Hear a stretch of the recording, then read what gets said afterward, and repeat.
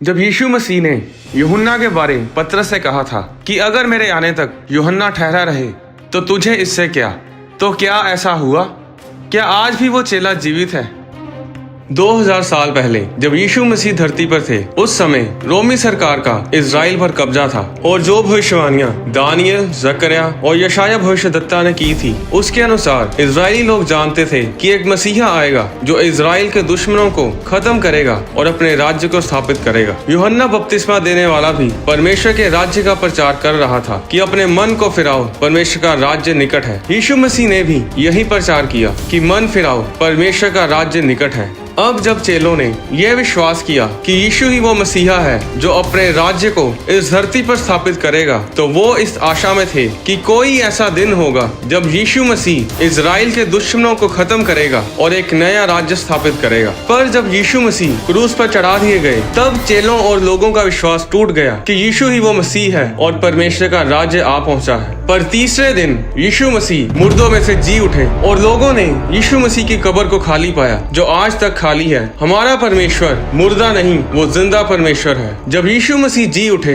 तो चेलों को विश्वास हुआ कि ये सच में मसीह ही है और परमेश्वर का राज्य स्थापित होने वाला है। अब 40 दिनों के बाद यीशु मसीह जैतून पहाड़ के ऊपर जाते हैं तो चेले बहुत ही उत्साह से भरे होते हैं। जकरिया अध्याय 14 में लिखा है कि उस दिन वह जैतून के पर्वत पर अपने पांव को रखेगा जो पूर्व की ओर यरूशलेम के सामने है। तब जैतून का पर्वत पूर्व से लेकर पश्चिम तक बीचों बीच से फटकर बहुत बड़ा खड्डा हो जाएगा। तब आधा पर्वत उत्तर की ओर, आधा दक्षिण की ओर हट जाएगा। उस दिन यरूशलेम से बहता हुआ जल फूट निकलेगा। तब यहोवा सारी पृथ्वी का राजा होगा और उस दिन एक ही यहोवा और उसका नाम भी एक ही माना जाएगा। और अब जब चेले यीशु मसीह के साथ जैतून पहाड़ पर थे, तब चेले सोच रहे थे कि यीशु मसीह उसी भविष्यवाणी के अनुसार जैतून पहाड़ पर इसलिए आए हैं कि उस पहाड़ को बीचों बीच फाड़ डालें और अपने राज्य को स्थापित करें। पर यीशु उनके देखते देखते ऊपर उठा लिए गए। बादल ने उन्हें उनकी आंखों से छुपा लिया। प्रेरितों के काम अध्याय 1 में लिखा है कि चेले आकाश की ओर ताक रहे थे। वो सोच रहे थे कि शायद यीशु मसीह अभी यू टर्न लेंगे और जैतून पहाड़ पर अपने पांव को रखेंगे और अपने राज्य को स्थापित करेंगे। ये हमें कैसे पता चलता है? प्रेरितों के काम अध्याय 1 उसकी 6 आयत में लिखा है, चेलों ने यीशु से पूछा, हे प्रभु, क्या तू इसी समय इजराइल को आजाद करेगा और अपने राज्य को स्थापित करेगा? चेले यही सोच रहे थे कि आज ही ऐसा होगा, क्योंकि भविष्यद्वक्ताओं के द्वारा की गई भविष्यवाणियों के अनुसार वे मसीह के साथ जैतून पहाड़ पर थे। पर 2 स्वर्गदूत उनके पास आ खड़े हुए और उनसे कहा, हे गलीली पुरुषों, तुम क्यों खड़े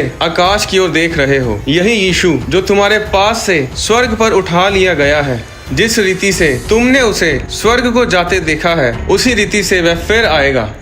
तब चेले वापस यरूशलेम को लौटे और पिन्तेकुस्त के दिन पवित्र आत्मा आया। जब वे सब पवित्र आत्मा की सामर्थ से भर गए तो कलीसिया बढ़ने लगी। यीशु के स्वर्ग पर उठाए जाने से कुछ दिन पहले जब यीशु चेलों के साथ गलील की झील के किनारे भोजन कर रहे थे, तब यीशु ने पतरस से 3 बार पूछा था कि क्या तू मुझसे प्रेम रखता है? और हम सब पतरस के उत्तर को जानते हैं। उसके बाद यीशु ने पतरस से कहा था कि जब तू जवान था तो अपनी कमर बांधकर जहाँ चाहता था फिरता था, परंतु जब तू बूढ़ा होगा तो अपने हाथ फैलाएगा और दूसरा तेरी कमर बांधकर जहाँ तू ना चाहेगा वहाँ तुझे ले जाएगा। उस समय पतरस सबसे छोटे चेले यूहन्ना की तरफ देखकर कहता है कि हे प्रभु, इसका क्या हाल होगा? तब यीशु ने उससे कहा, यदि मैं चाहूँ कि वह मेरे आने तक ठहरा रहे तो तुझे इससे क्या, तू मेरे पीछे हो ले। यूहन्ना अध्याय 21 उसकी 23 आयत में लिखा है, इसलिए चेलों में ये बात फैल गई कि वह चेला ना मरेगा। तो भी यीशु ने उससे ये नहीं कहा कि वह ना मरेगा, परंतु ये कि यदि मैं चाहूँ कि वह मेरे आने तक ठहरा रहे तो तुझे इससे क्या। चेले भी कई बार परमेश्वर के वचन की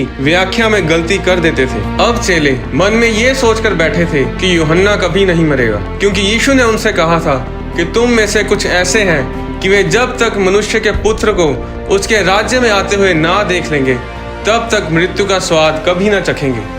अब 70 ईस्वी के दौरान जब रोमी सरकार ने यरूशलेम पर कब्जा किया और भवन को तोड़ दिया, उस समय सिर्फ 2 चेले जीवित थे, जिनमें से एक थोड़े समय बाद मर गया। और जो सबसे बूढ़ा चेला जो अब तक जीवित था वो यूहन्ना था, जिसके बारे में यीशु ने यूहन्ना अध्याय 21 में बताया था। अब यरूशलेम तबाह हो चुका था। यहूदी लोग दूसरे देशों में बिखर गए थे, भवन तोड़ दिया गया था और चेले ये सोच रहे थे कि भविष्यवाणियां पूरी हो चुकी हैं और यीशु मसीह का आगमन हो जाएगा, क्योंकि यूहन्ना अभी जीवित था। 80 ईस्वी में में यूहन्ना जीवित था। 85 ईस्वी में सम्राट डोमिशियन ने क्रिश्चियंस को सताना शुरू किया और वो यूहन्ना से इतनी नफरत करता था कि उसने भरी सभा में एक बड़े बर्तन में उबलते हुए तेल में यूहन्ना को डाला ताकि लोग डरें और यीशु मसीह का प्रचार करना बंद करें। पर क्या हुआ? यूहन्ना का एक बाल तक नहीं जला। सम्राट डोमिशियन गुस्से से भर गया क्योंकि वो यूहन्ना को मार ही नहीं पा रहा था। उसने यूहन्ना को पतमोस नामक आइलैंड पर देश निकाला दे दिया। पर प्रकाशित वाक्य 1:9 में लिखा है, मैं यूहन्ना जो तुम्हारा भाई और यीशु के क्लेश और राज्य और धीरज में तुम्हारा सहभागी हूँ, परमेश्वर के वचन और यीशु की गवाही के कारण पतमोस नामक टापू में था।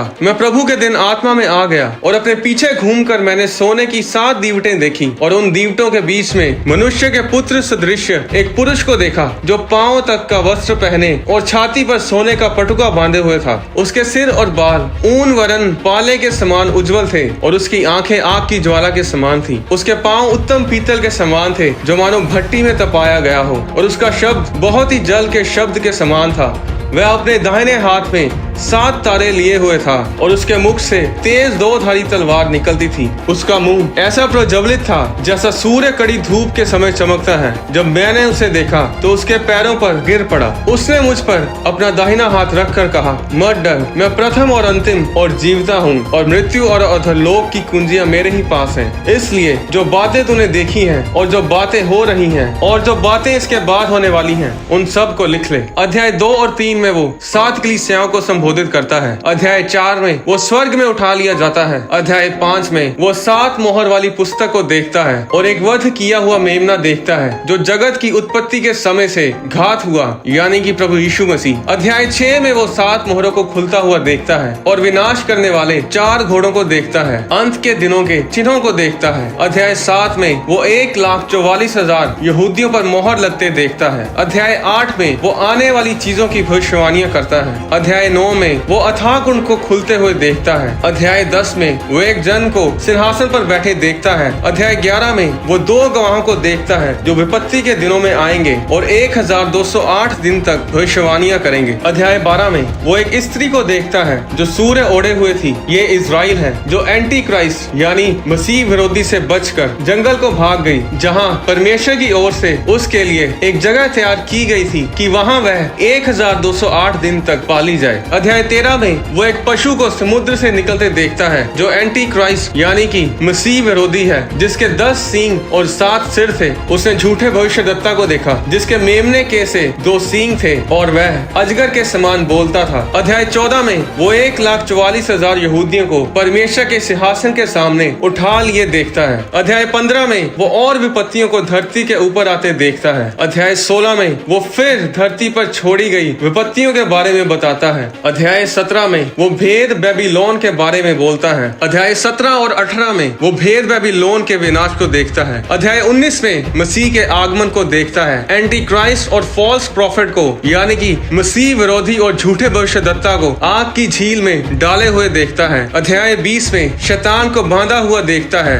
शैतान को आग की झील में हमेशा के लिए सड़ते हुए देखता है। अध्याय 21 में वो नए यरूशलेम को देखता है। अध्याय 22 में वो देखता है कि सब कुछ अच्छा है, फिर श्राप ना होगा, फिर रात ना होगी, परमेश्वर के लोगों को दीपक और सूर्य के उजाले की आवश्यकता ना होगी क्योंकि प्रभु परमेश्वर उन्हें उजाला देगा और वे युगानुयुग राज्य करेंगे। तो क्या हुआ? सिर्फ एक मनुष्य था जो इतना लंबा जिया कि परमेश्वर के राज्य को देख सके। वो परमेश्वर के राज्य को शारीरिक रूप से आते तो नहीं देख पाया, पर आत्मा में परमेश्वर ने अपने राज्य को उस पर प्रकाशित किया। तो वह एक इंसान तब तक नहीं मरा जब तक उसने परमेश्वर के राज्य को ना देख लिया, और वो इंसान था प्रेरित यूहन्ना जिसने प्रकाशित वाक्यों को लिखा। सब परमेश्वर की महिमा करें।